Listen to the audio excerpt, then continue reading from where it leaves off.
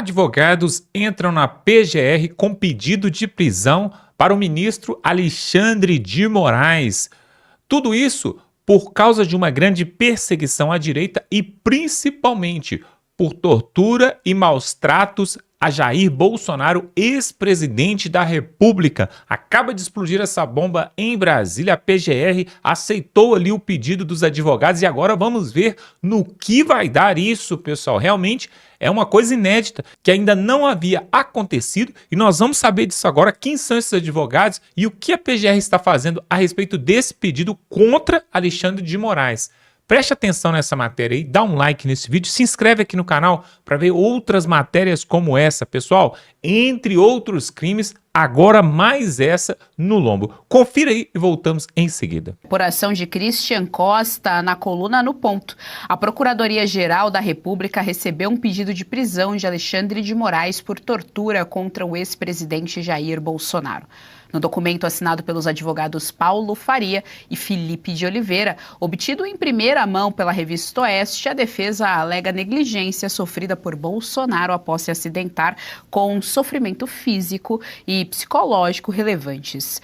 Os advogados entendem que a omissão estatal configura crime permanente e flagrante delito contínuo. Tá aí na tela para vocês, então, a apuração exclusiva do nosso repórter de Brasília, Christian Costa, para a coluna No Ponto. Fabi Barroso, então nós temos aí mais uma acusação contra o ministro Alexandre de Moraes, né? Essa semana nós já acompanhamos, porque a gente vai acompanhando semana a semana, Fabi, um dia de cada vez. Então na semana passada foi outro abuso, essa semana o abuso foi referente ali àquela condição de saúde do Jair Bolsonaro, negar praticamente o atendimento médico que seria prestado pela própria equipe médica que acompanha já o caso do ex-presidente, então pedido aí de prisão em decorrência de tortura. Se o Brasil fosse o que realmente diz a lei, não é mesmo? Caberia mesmo, porque quem está em flagrante delito, né, de usar o estamento burocrático que tem nas mãos, a legislação, o aparato estatal,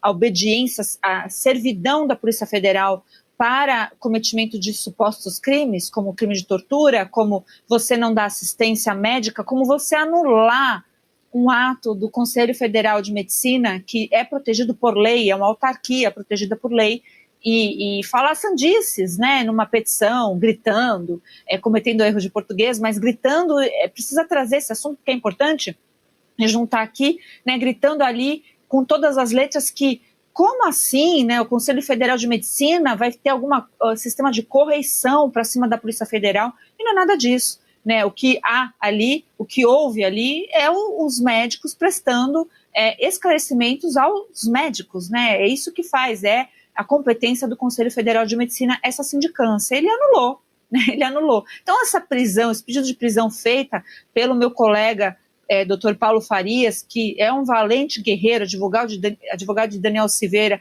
e tantas outras, né, que peticiona sempre, enfrenta, mas a gente sabe que infelizmente o que vai dar nisso vai dar em nada, vai dar só na notícia mesmo que a gente pode produzir, porque o PGR, não sei qual a desculpa que ele vai usar, mas tanto faz, a gente já está no regime de tanto faz, não importa mais se é legal, se tem cara de jurídico, se tem cara de, vamos aqui passar um verniz para alguma coisa moral, e essa cena é revoltante que a gente vê, porque isso foi na casa dele. Imagine-se o que ele está passando na cela, não é cela, é um quarto que não tem nem os buraquinhos lá das celas, um quarto, dizem que é de estado maior, mas não é, quarto fechado, escuro, molhado, com degrau, com barulho. Este homem não teve solucionado, depois de ter passado as cirurgias para solucionar essa parte dos soluços, com um medicamento mega forte, onde os médicos falaram na coletiva de imprensa, e sem o fracionamento devido da comida, e muito menos da medicação.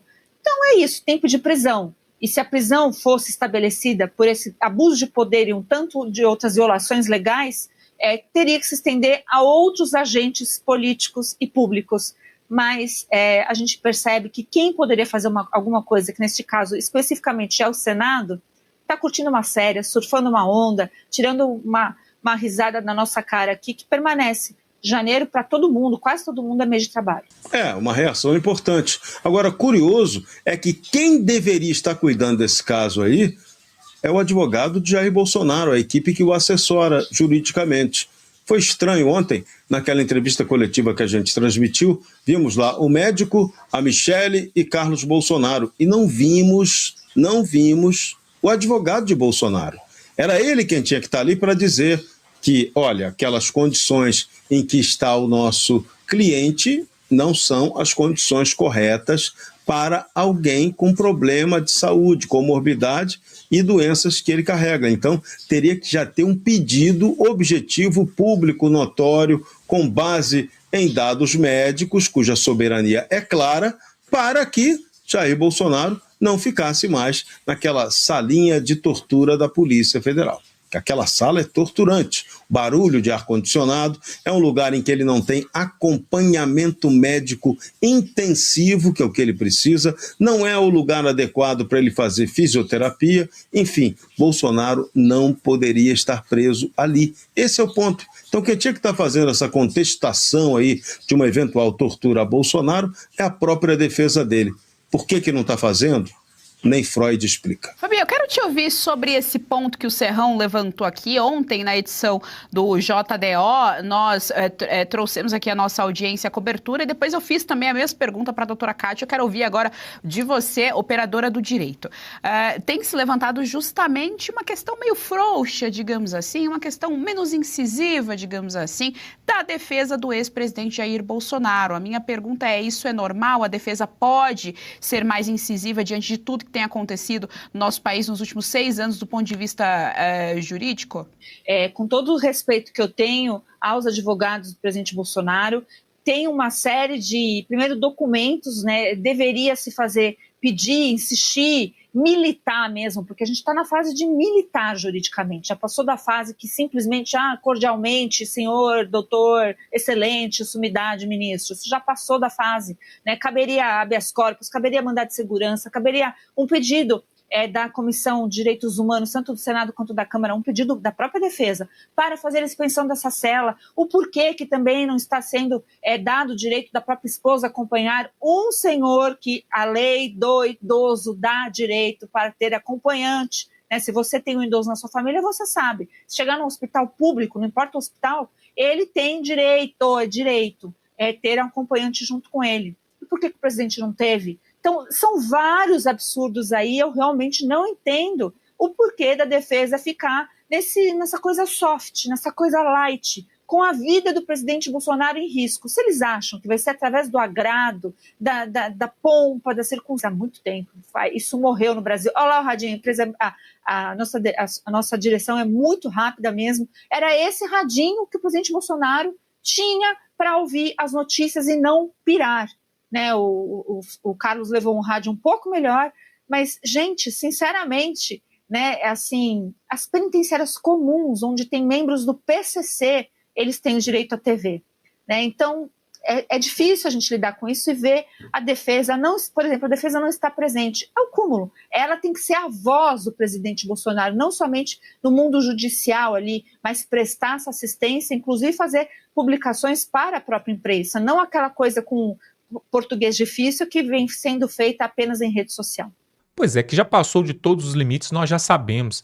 Agora, a pergunta que fica é, a PGR tem poder para poder emitir aí, de repente, né, para o Ministério Público, para a Polícia Federal, para alguém, um pedido de prisão aí justamente para um ministro da Suprema Corte?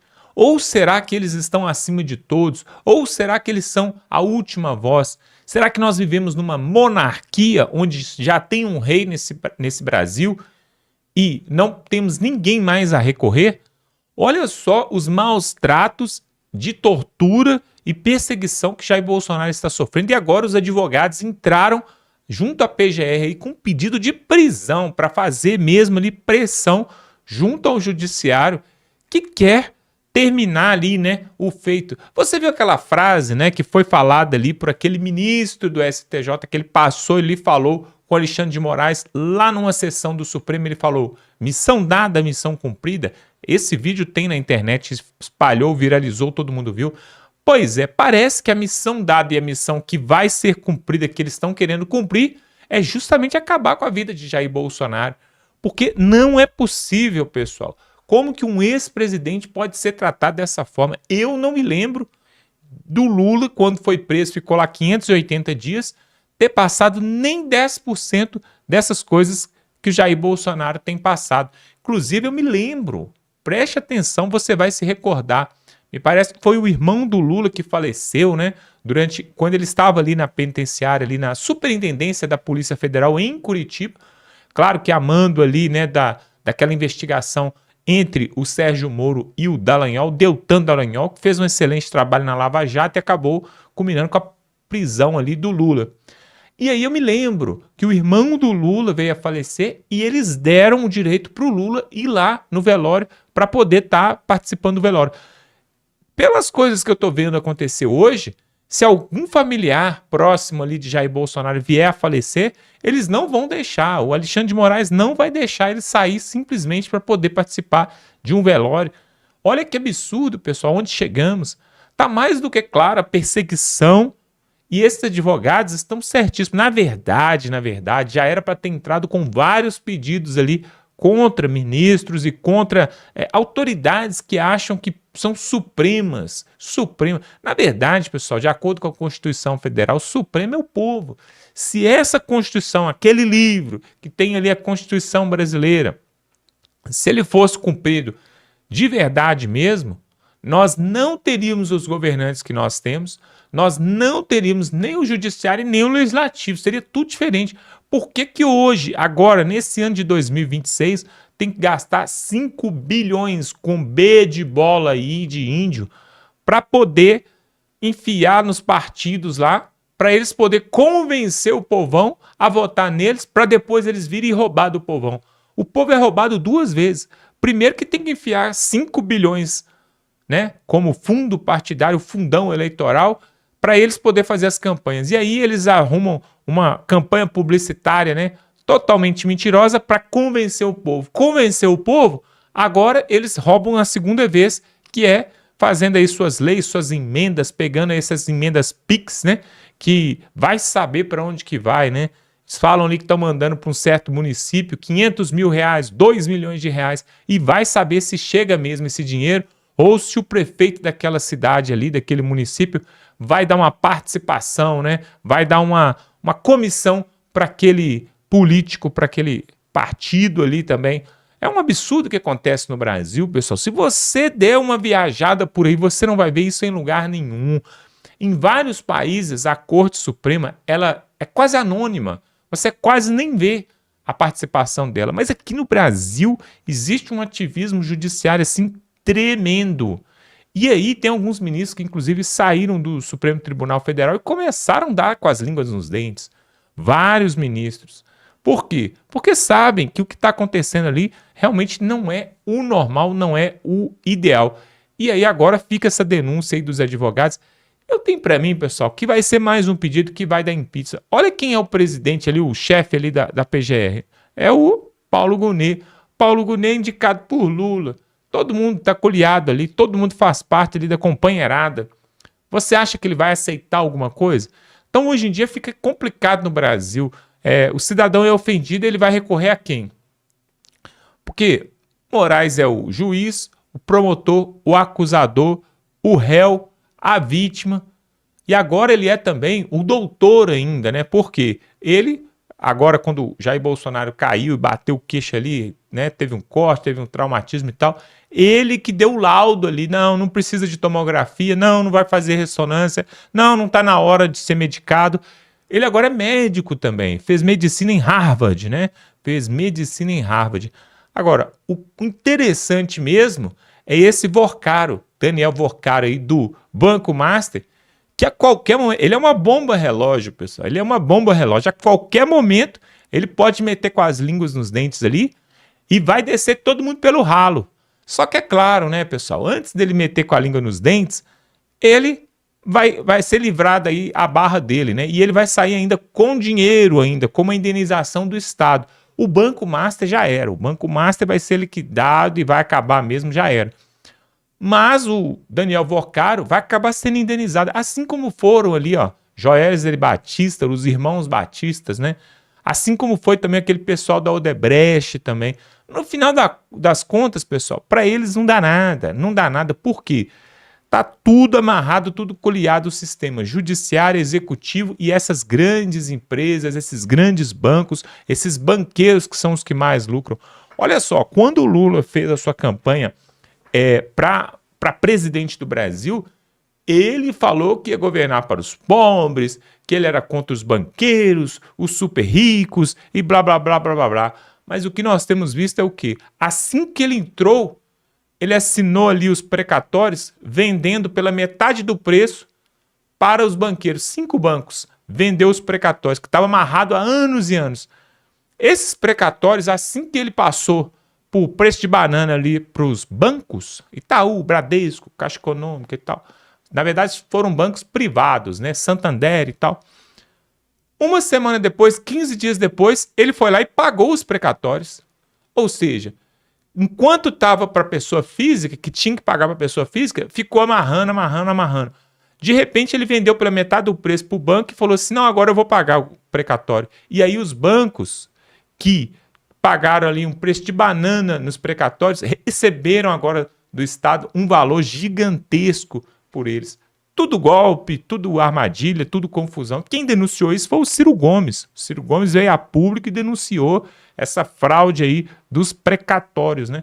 Esse é o Brasil, pessoal. Olha só, se você gosta desse tipo de conteúdo que mostra a verdade mesmo e que denuncia aquilo que a mídia velha não mostra, você deve então se inscrever aqui no canal. Algumas pessoas assistem nosso vídeo até o final e não se inscrevem. Você acredita que tem gente que acha que tem que pagar alguma coisa para assistir nossos vídeos? Não tem. É só você se inscrever aqui. Você vai estar ajudando o Brasil e vai estar fortalecendo esse canal que leva a verdade. Então dá aquela força aí, pessoal. Se inscreve, dá um like nesse vídeo. Aproveita também e compartilha esse vídeo no grupo do WhatsApp, no grupo da família. Quando você faz isso, você vai estar fortalecendo a real democracia, que nós estamos aqui de manhã, de tarde, de noite, trazendo a verdade, tá bom? Então compartilha esse vídeo aí e estamos juntos.